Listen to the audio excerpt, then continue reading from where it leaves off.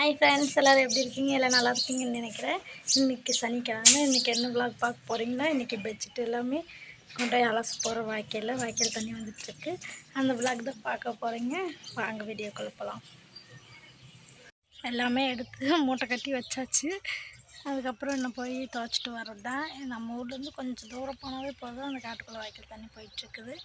பெரிய வாய்க்கால் போகுது, சின்ன வாய்க்காலும் போகுது. நம்ம சின்ன வாய்க்காலுக்கு துவைக்க முடியும். அதனால் சரி வாங்க போய் துவைச்சிட்டு.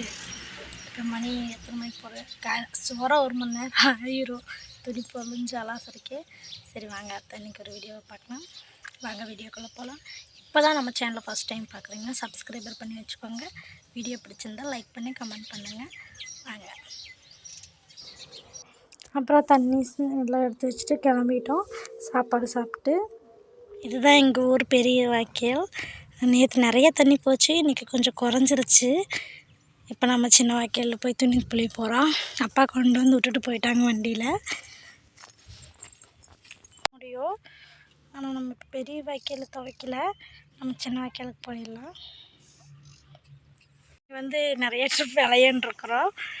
ஆனால் இன்றைக்கி பெரிய பிள்ளையாகி வர்றப்போ ரொம்ப சின்னதாக தெரியுது வாய்க்கால்.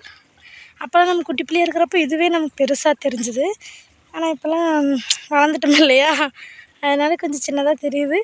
பரவாயில்ல, இருந்தாலும் இங்கே நம்ம அலாசிக்கல. பெரிய வாய்க்கால் கொஞ்சம் பயம்தான் இன்னுமே. சரி வாங்க துணியெல்லாம் அலாச ஆரம்பிக்கலாம். இப்போ டைம் பார்த்திங்கன்னா கரெக்டாக 9:20 ஆகுது. எவ்வளோ நேரம் ஆகுதுன்னு பார்க்கலாம். கண்டிப்பாக வாங்க வீடியோக்குள்ளே போகலாம். சரியாக நான் சொன்னேன் இல்லைங்களா, 1 மணி நேரத்துக்கு மேலே தான் சொன்னேன். அதே மாதிரி துவைச்சி முடிக்கிறப்போ மணி 11:15 ஆயிடுச்சு. இன்னும் போய் இதில் காய போட்டுட்டு வேறு வேலையை பார்க்க வேண்டியதாக. டாட்டா பாய்.